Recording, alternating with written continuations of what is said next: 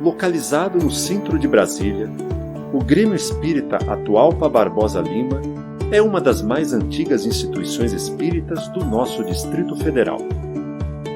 Fundada em 28 de outubro de 1960, sob a batuta de Hilbert Viana, segue e conquista o seu primeiro barraco de madeira, onde aconteciam as primeiras atividades.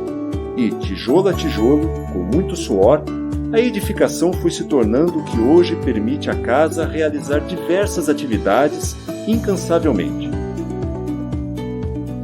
Sob a direção de Lenira Pereira Viana, a Casa de Atualpa atua no atendimento fraterno de irmãos que buscam na instituição um ambiente de diálogo e escuta fraterna.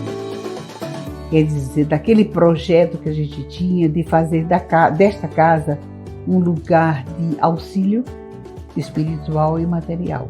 Essa era o foco principal. O estudo da doutrina espírita, tornar as pessoas melhores, né? Como eu costumo muito dizer, era coração e mente, né? Tornar as pessoas melhores em todos os aspectos. E quando você se melhora, sua vida melhora, tudo melhora, você já pensa de uma maneira diferente. Então eu acho que a casa foi uma vitória na nossa luta, porque daí pra frente ela foi crescendo devagarinho. Hoje é isso que a gente conhece, né? 3 grandes blocos na casa. E a maior vitória de todas é a parte moral, é a nossa conduta. Seu lema, Deus, Cristo e Caridade, estampado no peito de cada trabalhador, permeia corredores, salas, sorrisos e olhares. Boa noite, meus irmãos. Sejam bem-vindos ao Grêmio Espírita Atualpa Barbosa Lima. Estamos em Brasília, Distrito Federal, e hoje ouviremos a mensagem do Evangelho que será trazida pelo nosso irmão Niraldo, e antecedendo a fala do nosso irmão, faremos a preparação de ambiente, que será lida do livro Fonte Viva, pelo Espírito Emmanuel, psicografia de Francisco Cândido Xavier. A lição é de número 17. Cristo e nós. E disse-lhe o Senhor em visão: Ananias. E ele respondeu: Eis-me aqui, Senhor. Atos de 9 a 10. Os homens esperam por Jesus e Jesus espera igualmente pelos homens. Ninguém acredite que o mundo se redima sem almas redimidas. O Mestre, para estender a sublimidade do seu programa salvador, pede braços humanos que o realizem e intensifiquem. Começou o apostolado buscando o concurso de Pedro e André, formando em seguida uma assembleia de 12 companheiros para atacar o serviço da regeneração planetária. E desde o primeiro dia da Boa Nova, convida, insiste e apela, junto das almas, para que se convertam em instrumentos de sua divina vontade, dando-nos a perceber que a redenção procede do alto, mas não se concretizará entre as criaturas sem a colaboração ativa dos corações de boa vontade. Ainda mesmo quando surge pessoalmente, buscando alguém para a sua lavoura de luz, qual aconteceu na conversão de Paulo, o Mestre não dispensa a cooperação dos servidores encarnados. Depois de visitar o doutor de Tarso, diretamente procura Ananias, enviando-o a socorrer o novo discípulo. Por que razão Jesus se preocupou em acompanhar o recém-convertido, assistindo-o em pessoa? É que, se a humanidade não pode iluminar-se e progredir sem o Cristo não dispensa os homens na obra de soerguimento e sublimação do mundo. Ide e pregai, eis que vos mando. Resplandeça a vossa luz diante dos homens. A seara é realmente grande, mas poucos são os ceifeiros. Semelhantes afirmativas do Senhor provam a importância por ele atribuída à contribuição humana. Amemos e trabalhemos, purificando e servindo sempre. Onde estiver um seguidor do Evangelho, aí se encontra um mensageiro do amigo celestial para a obra incessante do bem. Cristianismo significa Cristo e nós. Então, continuando, vinculados à espiritualidade amiga, os trabalhadores da equipe de Atahualpa Barbosa Lima, nesse instante rogamos que essas bênçãos do alto recaiam sobre todos nós, que estamos presentes aqui no salão do Grêmio Espírita, a todos os irmãos que nos acompanham pela internet e que nos verão também em outras oportunidades, que as bênçãos do Cristo, do Mestre, invadam as nossas almas, nos fortalecendo, nos preparando para a prática do bem. Obrigada, Divino Amigo, pela oportunidade da vida, por estarmos participando dessa transição planetária, esse momento tão importante para cada um de nós, tão importante para o nosso planeta. Rogamos que esses trabalhadores espirituais envolvam nosso irmão Niraldo, que fará uso da palavra, trazendo a mensagem da Boa Nova. E é com a permissão de Jesus, desses trabalhadores já mencionados, e com a permissão de Deus, nosso Pai, damos por iniciada a palestra, a live, na noite de hoje, sob as bênçãos de Deus. Com a palavra, nosso irmão Niraldo.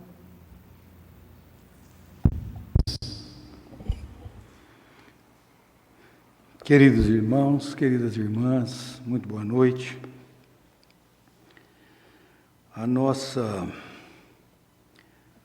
Nosso tema de hoje é o verdadeiro Natal de Jesus. Achamos um tema bem oportuno, porque hoje é antevéspera de Natal, e nós precisamos refletir mais a respeito desta data tão importante, tão significativa. É época de Natal, muita movimentação, os shoppings cheios, as lojas cheias, a troca de presentes, as viagens. Mas o que é o Natal? Será que nós sabemos efetivamente o que é o Natal? Bem, é um tempo de reflexão e de realinhamento de percepções, de entendimento. É o que nós tentaremos fazer hoje. Antes, porém, façamos uma breve recapitulação da história do Natal. É uma festa cristã, mas ela não nasceu como uma festa cristã. Imaginemos Roma no século II. Levemos os nossos pensamentos para lá. 25 de dezembro. Era um momento de grande festa, muita comilança, música e troca de presentes. Eles comemoravam o nascimento do bem, da sabedoria, da solidariedade entre os homens. Jesus, não. Eles comemoravam o nascimento do deus persa Mitra, que representa a luz. Era, na época, a divindade mais respeitada nesse século II da nossa era.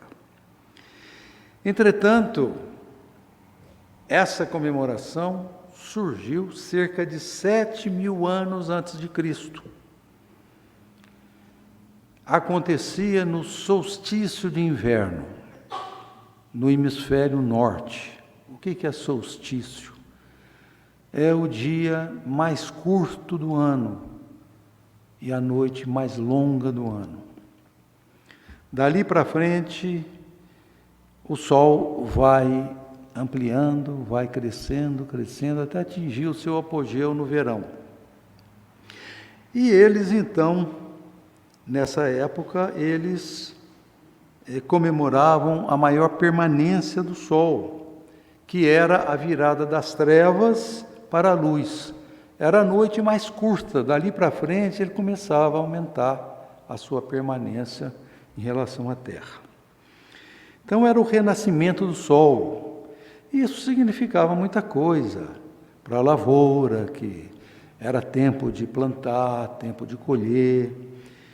Então, era uma época comemorada. E por que 25? Na verdade, porque o solstício de inverno, ele no hemisfério norte, ele acontece mais ou menos no dia 20 e 21 de dezembro.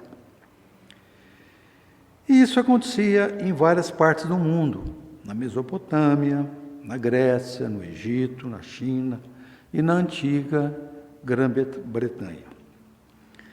E Roma representava apenas o reflexo daquele movimento. Esse culto a Mitra, ele começou no século IV a.C., exatamente na época em que Alexandre o Grande conquistava o Oriente Médio. E o exército romano estava presente e muitos soldados, então, levaram essa tradição para Roma, essa tradição de comemorar o solstício, no caso de Roma, o deus Mitra. Bom, nessa época surgia uma religião nanica que começava as suas manifestações. Era o cristianismo, que não se interessava muito pelos nascimentos dos mártires, dos santos, porque eles entendiam que as pessoas se tornavam exatamente mártires e santos após a morte. Então, eles reverenciavam a morte e não o nascimento. Então, eles reverenciavam a Sexta-feira Santa, a Páscoa, que foi a ressurreição de Jesus. E então eles não se preocupavam com essa festança do deus Mitra. Obviamente, o cristianismo não se misturava com isso. Mas no ano 221 depois de Cristo, o historiador cristão chamado Sextus Július Africanus propôs às autoridades eclesiásticas que a comemoração do nascimento de Jesus se desse no dia 25 de dezembro. Por quê? Porque já existia aquele ambiente de festança e era um momento, uma oportunidade muito boa, excelente, para que se expandisse o culto a Jesus, o cristianismo. A princípio, as autoridades não concordaram, mas acabaram politicamente achando que era realmente uma boa oportunidade, e aí adotaram o 25 de dezembro como a época referente ao nascimento de Jesus. Porque tinha o nascimento de Mitra, o ressurgimento do sol, da luz, e Jesus então estava associado com a luz, com a vida, com o brilho, com a salvação. Então, eles viram um momento interessante para fazer essa vinculação. Assim surgiu o Natal, o nascimento de Jesus, porque ninguém sabe ao certo quando que Jesus efetivamente nasceu. Então, essa data foi uma data arbitrada, sendo que, na verdade, ela foi uma adaptação cultural de uma comemoração que já existia. Muito bem. Então, foi uma tradição herdada. Agora, vejamos também rapidamente a origem de Papai Noel. Por quê? Porque hoje parece que o Natal, embora a cristandade tenha atribuído essa data ao nascimento de Jesus, mas a gente observa que o Papai Noel é muito mais reverenciado do que o próprio Cristo. A gente vê na movimentação por aí, Papai Noel em todo lugar, nos shoppings, nos filmes, e ninguém fala de Jesus. Jesus não é a figura central do Natal, apesar da festa ser cristã ou ter sido transformada numa festa cristã. Bem, existia no século IV depois de Cristo, nós sabemos que nessa época, século IV, o cristianismo já tinha sido transformado em religião oficial de Roma, pelo imperador Dioclésio II. Por uma questão também política, porque Roma estava decadente, e aí ele achou interessante, que era representava um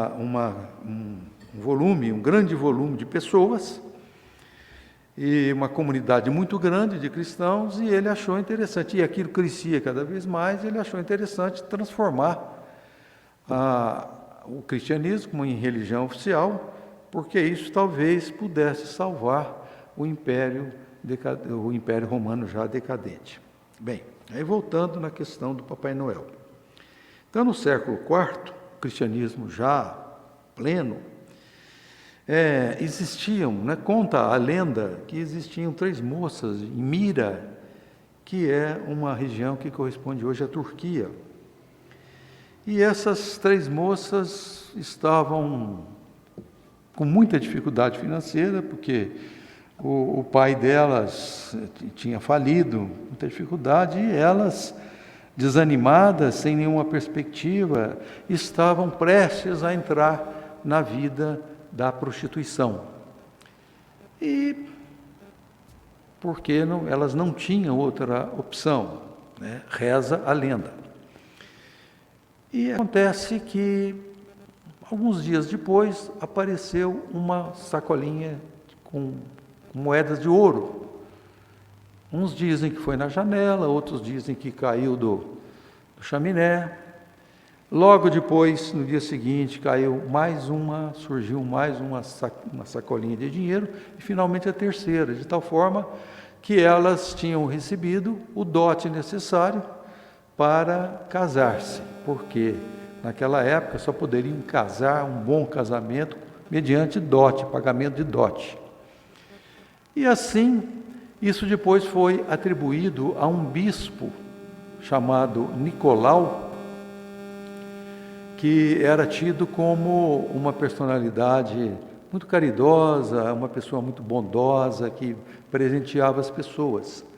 Então, essas sacolinhas, a lenda atribui a ele, a esse bispo Nicolau. E elas, então, ficaram livres, se casaram, e um século depois, esse Nicolau foi canonizado pela Igreja Católica santo, segundo o depoimento de algumas testemunhas de que ele realizara milagres. Então, ele foi canonizado. Muito bem. Então, ele se tornou o presenteador oficial de Natal, esse São Nicolau. E o nome dele aparece em vários locais do mundo, na Grã-Bretanha, na Inglaterra, como Father Christmas, na França, Père Noël, na Holanda, Sinterklaas, nos Estados Unidos, Santa Claus, você conhece bem. Agora, no final do século XIX, deram uma roupa para ele, mudaram um pouquinho aquela roupa de bispo, e deram uma roupa verde, escura para ele. Aí, em 1886, um cartunista alemão chamado Thomas Nast, ele propôs uma nova alteração, uma roupa vermelha e branca com cinto preto. Essa figura que a gente já conhece aqui. Mas a figura do Papai Noel se tornou realmente conhecida e muito divulgada a partir de 1931, com uma campanha da Coca-Cola, que usou o Papai Noel como garoto propaganda. Aí ele explodiu no mundo inteiro, virou isso que a gente conhece. Então passou a ser figura presente em todos os natais. Muito bem. Terminada essa breve recapitulação, vamos analisar como é que está o Natal hoje. O que a gente acha? Como é que está o Natal hoje? A tradição continua, do mesmo jeito, com muita festança, comilança, troca de presentes. Tem alguns locais no mundo que essa festa dura semanas inteiras.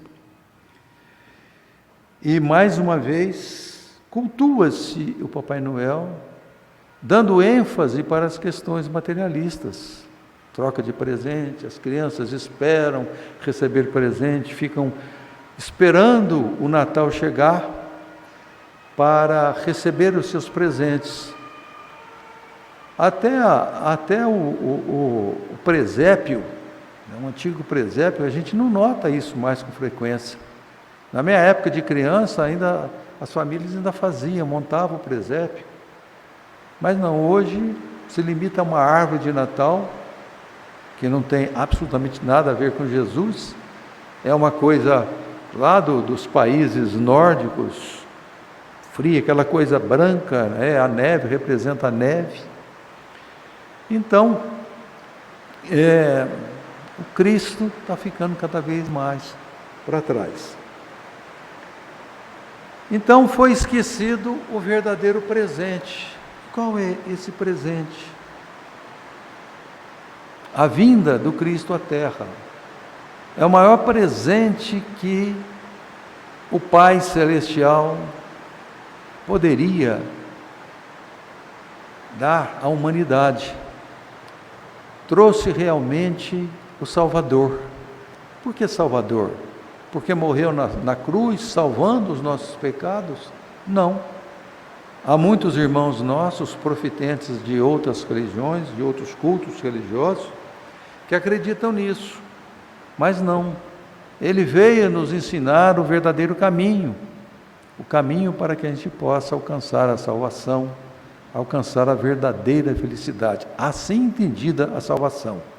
Não a salvação do inferno, mas a entrada na senda do progresso que nós saímos.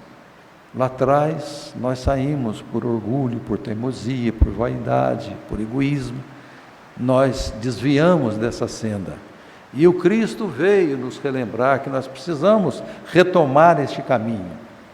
Então ele veio nos mostrar. E veio nos mostrar por meio do exemplo, não só da palavra, mas do exemplo. Então ele nos ensinou a amar, amando. Nos ensinou a perdoar, perdoando. A revelação divina aos homens, ela sempre aconteceu na história da humanidade. À medida que o homem vai se tornando capaz de absorver essa revelação divina, ela vai sendo apresentada à humanidade. Quando o homem vai evoluindo, crescendo em inteligência, entendimento, compreensão, ela vai sendo revelada. Mas na história nós temos 3 momentos marcantes, que são, melhor dizendo, o primeiro deles, a revelação da justiça, com o decálogo, Moisés. Depois, a revelação do amor, o próprio Jesus, veio ele, pessoalmente, nos ensinar a maior das leis, a lei do amor. E é tão importante essa lei, esse trabalho, essa missão, que ele não delegou para ninguém, veio ele pessoalmente. A primeira veio Moisés, a terceira, que é a revelação da verdade, que é a doutrina dos Espíritos, também veio Kardec. Mas a segunda, a revelação do amor, veio ele próprio, porque ninguém tinha condições de manter uma perfeita sintonia, uma perfeita vinculação entre o discurso e a prática. Veio ele e representou a figura mais significativa que a história da humanidade já conheceu. E assim, hoje em dia, esse presente foi esquecido e o aniversariante também está sendo esquecido. Mas quem é esse aniversariante? É importante que nós relembremos. Jesus, o extraordinário Jesus. Jesus é um Cristo. Todo mundo fala Jesus Cristo como se fosse um nome. Não, é Jesus o Cristo. Ele é um Cristo. E os Cristos são espíritos puríssimos que alcançaram os píncaros da evolução. São os ministros de Deus que se relacionam frente a frente com a divindade. Eles são os encarregados de conduzir humanidades à perfeição. Então, Jesus é o nosso Cristo. Ele é o encarregado de nos levar à perfeição, à grande destinação a que todos nós estamos sujeitos, na condição de espíritos que somos, indestrutíveis, criados à imagem e semelhança de Deus. E o interessante foi o imenso sacrifício que este extraordinário Espírito realizou por todos nós. Nós precisamos conhecer isso, meditar, refletir sobre isso, porque foi um sacrifício inimaginável para nós, seres mortais.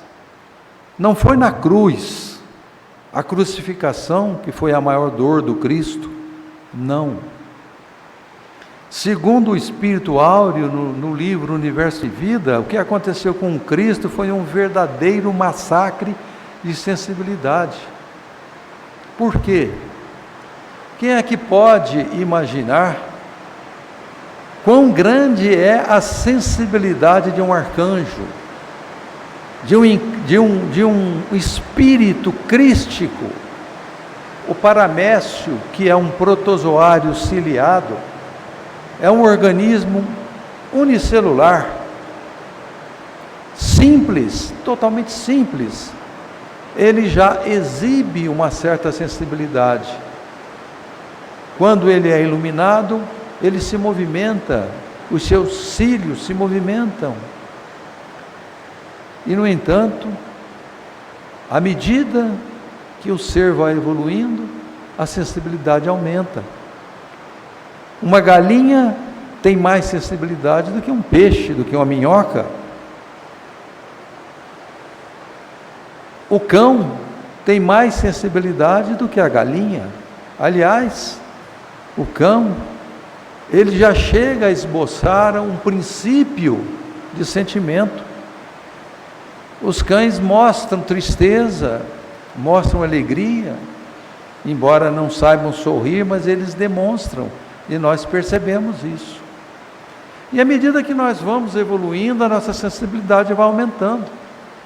Apesar de sermos ainda seres atrasados na escala evolutiva, estamos nos primeiros degraus dessa imensa escala, infinita escala evolutiva, nós já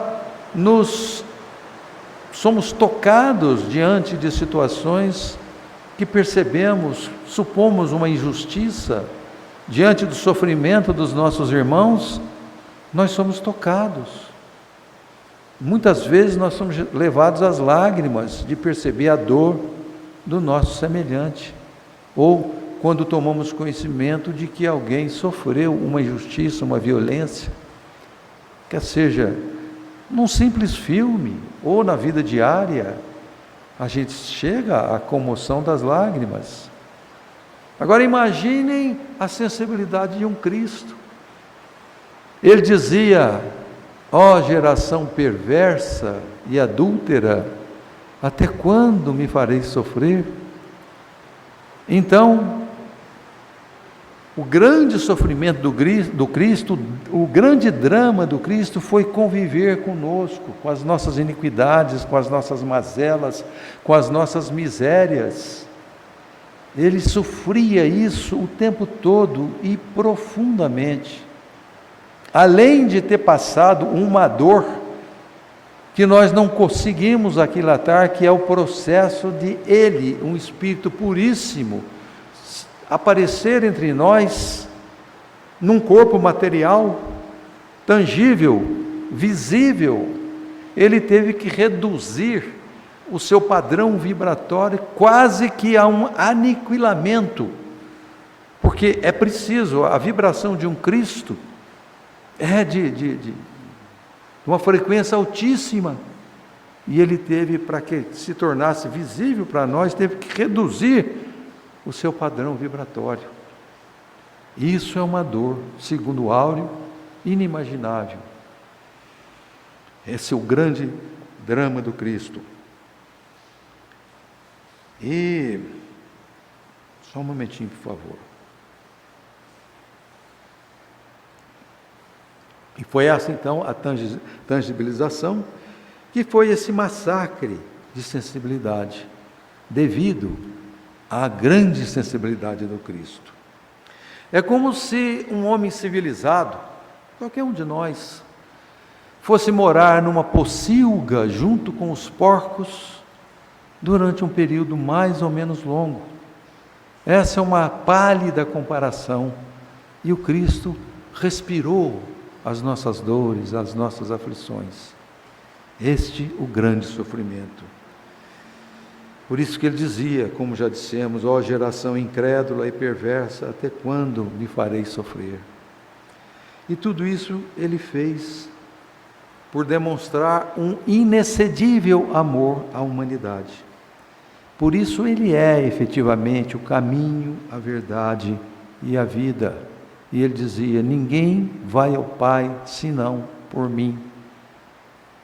E o que é quando ele dizia isso? Senão pelo caminho que eu mostrei, pela verdade que eu trouxe e pela vida que eu estou propondo.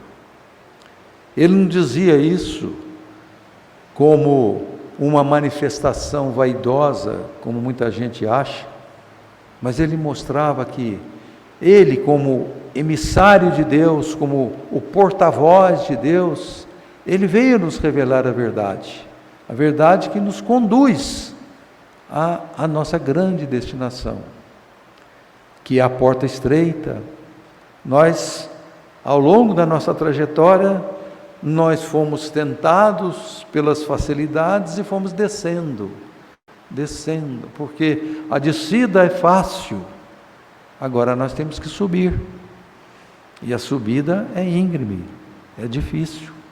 E ele veio, conduído, tomado de compaixão, de piedade, pelas nossas dores, pelo nosso atraso, ele veio pessoalmente nos mostrar o caminho. E nós, ainda teimosos, resistimos a acatar o doce e meigo chamamento do Rabi da Galileia. E o mais importante é o seu divino legado. A verdadeira missão do Cristo foi exatamente essa: mostrar o caminho que nos leva ao paraíso. E a humanidade ainda se revela incapaz de compreender a grandeza desse espírito crístico.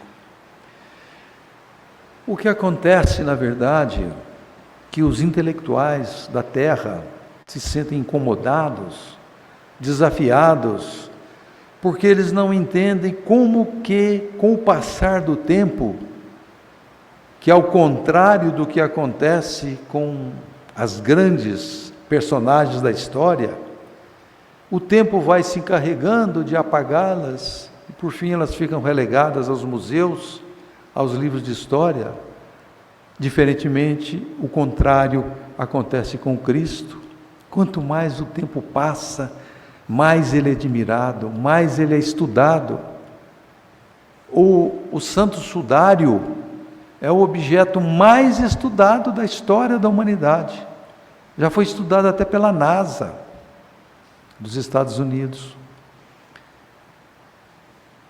E mais Jesus é amado, mais admirado. Por que isso? Isso que intriga os intelectuais, os estudiosos. Como que ele conseguiu isso? Ele dividiu a história da humanidade em duas. Um peregrino paupérrimo, sem cátedra, sem bolsa de dinheiro. Ele costumava dizer: até as raposas têm os seus covis, mas o filho do homem não tem onde reclinar a cabeça. Nunca exerceu nem qualquer autoridade humana, nunca frequentou faculdades. No entanto, ele dividiu a história do mundo em duas partes, antes e depois dele. Qual é a outra personalidade da história do mundo que conseguiu isso? Como ele conseguiu isso? Ele não escreveu nada do próprio pulso, próprio punho, mas ele deixou gravado de forma indelével no coração e nas mentes daqueles que o seguiam, as suas lições, os seus ensinamentos, os seus exemplos. Que isso se propagou por todo o mundo, primeiramente pelo Ocidente, e agora já se espalha pelo Oriente, pela Ásia. Como que o Cristo conseguiu transformar?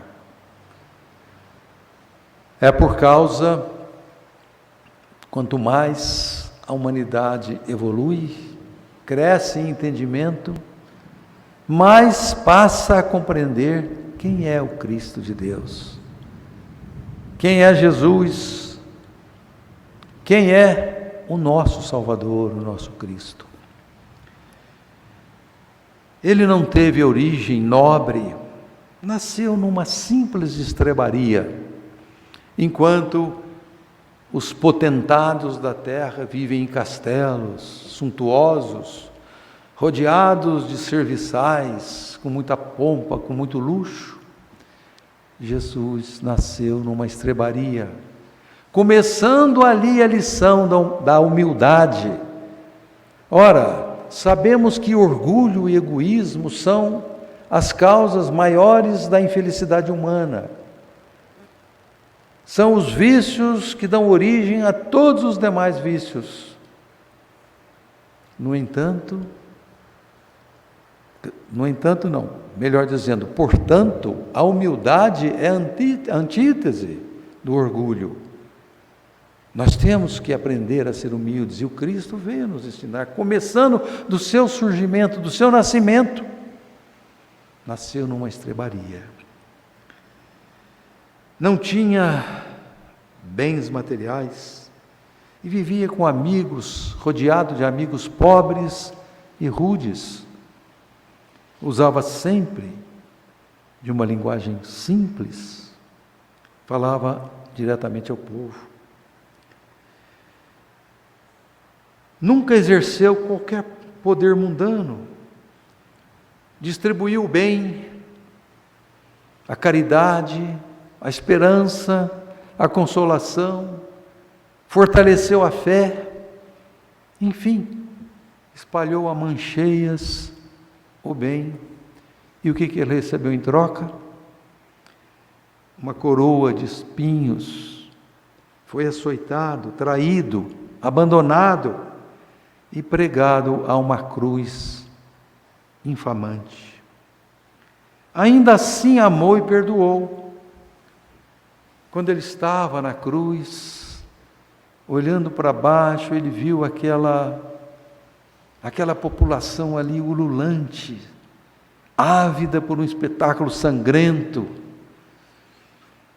E ele, tomado de uma profunda piedade, daqueles pobres de espíritos infelizes, que não tinham a menor ideia do que estavam fazendo, Aí ele olhou para o céu e disse aquela famosa expressão: Pai, perdoa-lhes, pois eles não sabem o que fazem. Até nos momentos finais, o Cristo nos deixou exemplos, os mais importantes, os mais inimitáveis exemplos. Assim foi se apresentando e agindo, permaneceu com a maior presença, o mais alto marco, a mais elevada e imorredoura expressão da história humana de todas as épocas. Como ele conseguiu isso? Repetimos, desafios intelectuais. Quanto mais o tempo passa, mais ele é lembrado, mais ele se torna o centro vivo das civilizações. O seu nome, os seus ensinos se firmaram no mundo e cada vez se expandem mais. Ele causa uma comoção cada vez maior, mais consequente, profunda e irresistível. O tempo destruidor das personagens, das personalidades, a ele só acrescenta honras divinas. E o seu legado inesgotável veio nos trazer verdades eternas, sem ofuscamento, em doses adequadas, através de parábolas. Nas parábolas ele disse tudo o que nós precisávamos e ainda precisamos de saber. Nos disse tudo. Mas como aqueles homens daquela época não tinham condições de entender, ele falou por parábolas e dizia sempre: ouça quem tem ouvidos de ouvir, veja quem tem olhos de ver. Ele nos mostrou quem somos. Nós somos espíritos imortais, que não estamos submetidos a deuses irados, mal-humorados e cheios de caprichos, mas a um Deus único, paterno, justo, amoroso, que concede a cada um de acordo com o seu merecimento. Nos falou da reencarnação, que é a justiça de Deus, da pluralidade dos mundos habitados, mostrando que existe uma infinidade de mundos aí, espalhados no universo. Nos mostrou, enfim, a realidade da vida, da espiritualidade e quais são as condições para a felicidade. Então, meus queridos irmãs e irmãos, o verdadeiro Natal é compreender tudo isso, é compreender quem é o Cristo e qual é o significado da sua vinda a este mundo. Comemorar o Natal é, portanto, reverenciar no íntimo, no coração, o advento do Cristo. O Natal de Jesus ocorre para cada um, no momento em que o recebemos no coração.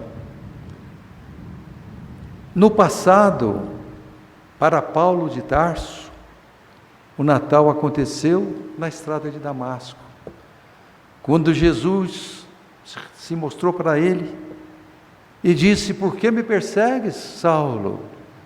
Quem és tu, Senhor? Eu sou Jesus a quem persegues.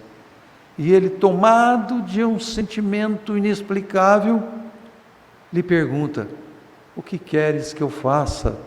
Totalmente convertido a partir daquele momento. Então, o Natal de Jesus, para Paulo, surgiu naquele momento. Para Zaqueu, naquele momento em que ele, querendo ver o Cristo que vinha de passagem, e por ter uma estatura baixa, ele subiu numa árvore.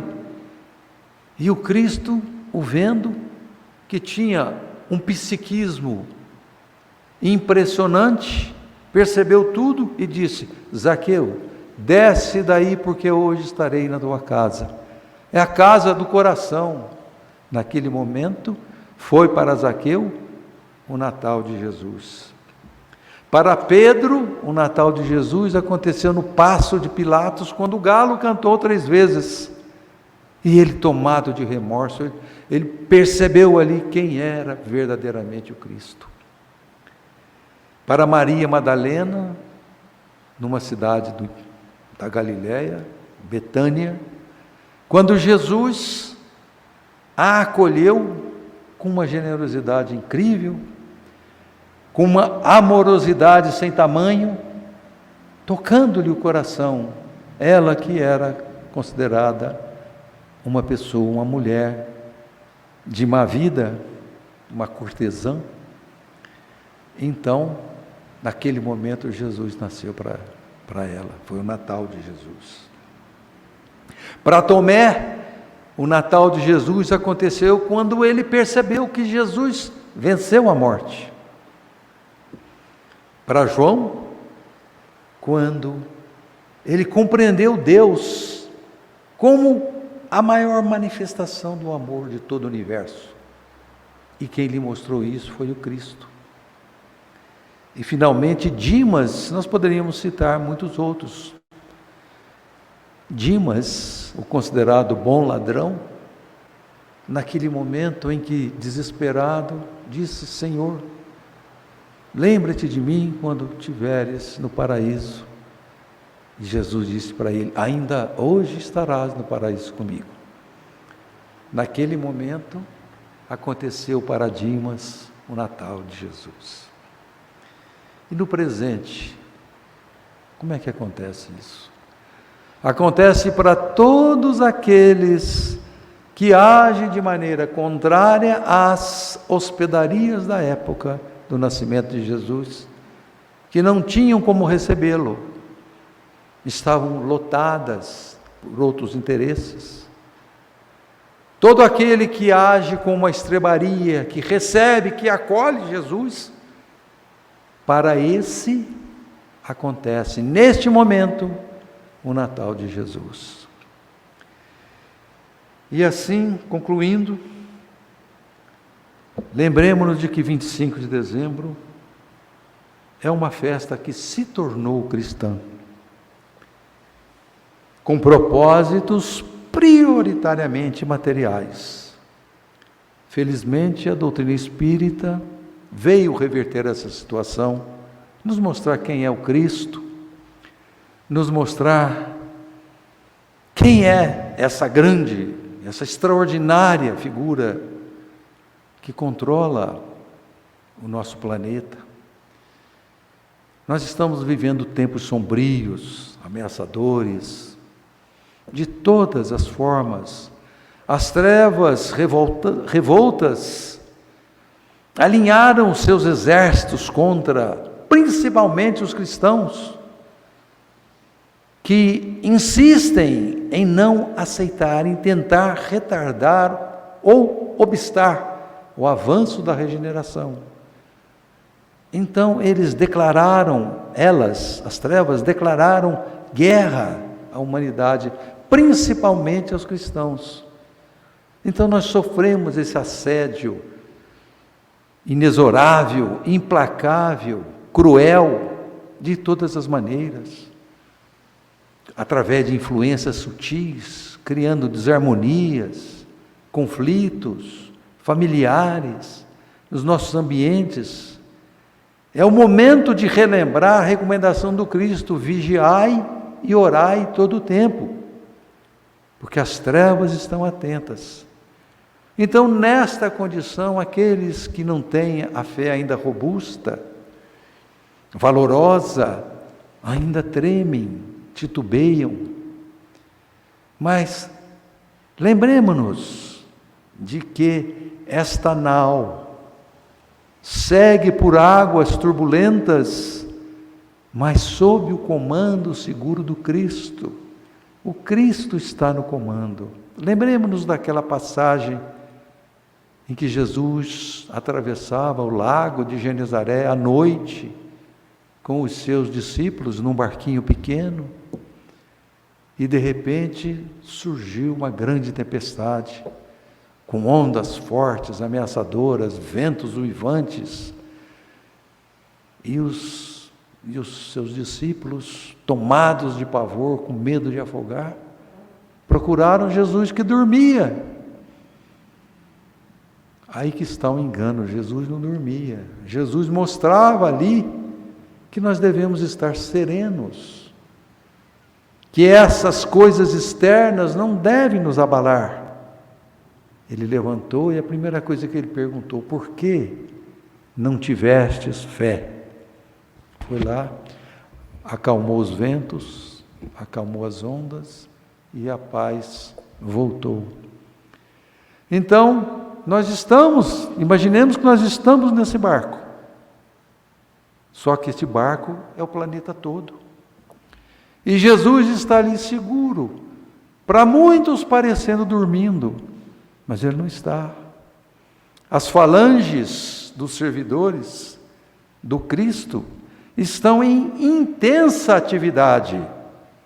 Então não temamos as trevas, trabalhemos, sigamos firmes, decididos, sem temer, com fé robusta, sem medo de nada, porque o Cristo está no comando. Então, o Natal é quando o Cristo nasce no nosso coração. Assim como Paulo disse: já não sou eu quem vive, mas é o Cristo que vive em mim. Jesus não criou nenhuma religião, embora muitos acreditem que ele tenha criado, mas não. Ele trouxe um relicário do bem, da harmonia e da boa convivência, o mais perfeito código de convivência que a humanidade já conheceu.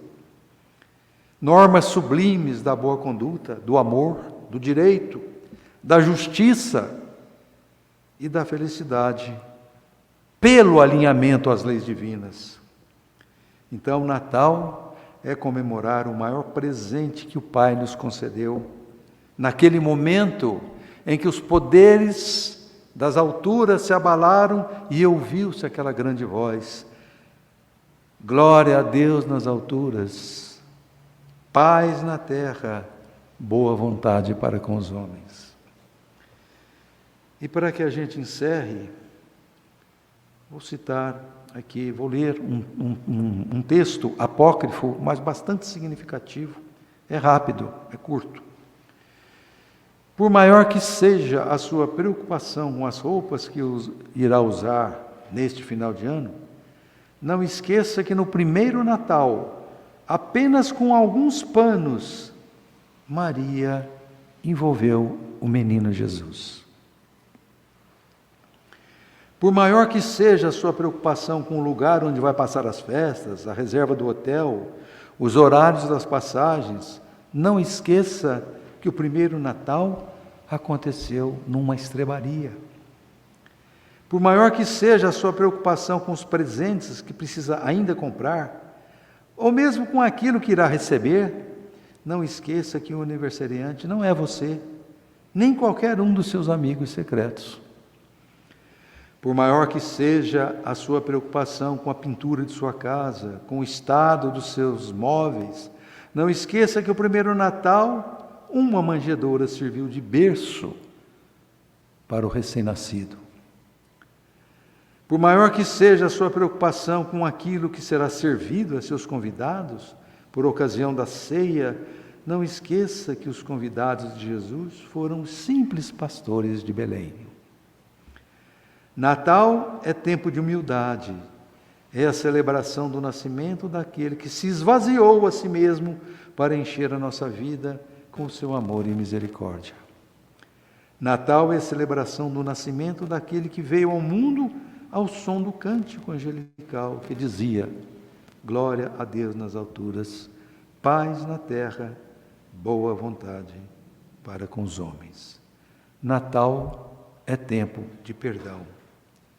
É tempo de felicidade, é a celebração da certeza que o nascimento de Jesus são boas novas de grande alegria para todo o povo. Por isso, neste final de ano e em todos os momentos de sua vida, não pense apenas em ser feliz, mas procure fazer alguém feliz. E quanto a nós? Já é Natal? Muito obrigado. Que Deus nos abençoe.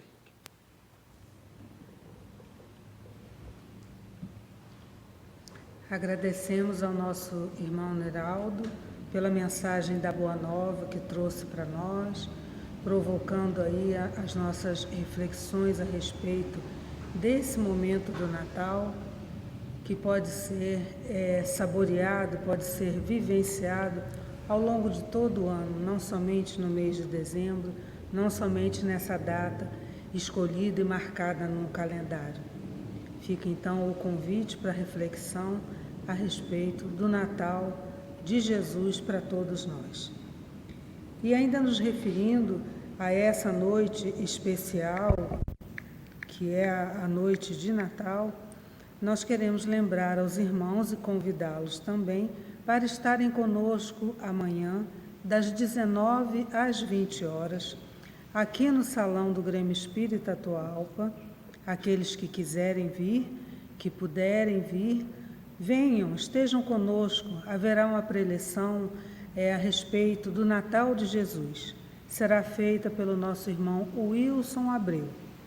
E para os irmãos que não puderem vir, que não tiverem condições de nos acompanhar presencialmente, podem fazê-lo pela internet, pelo Facebook, pelo YouTube, que será transmitido também. Então, o convite é para amanhã, das 19 às 20 horas.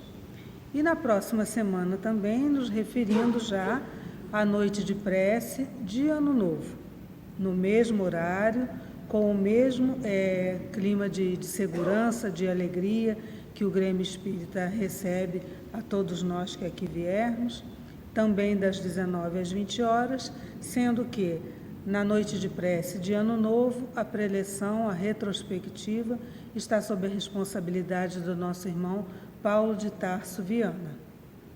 Então, relembrando, amanhã temos um novo encontro para refletir a respeito do Evangelho de Jesus, das 19 às 20 horas. Vamos então fazer a nossa prece de encerramento.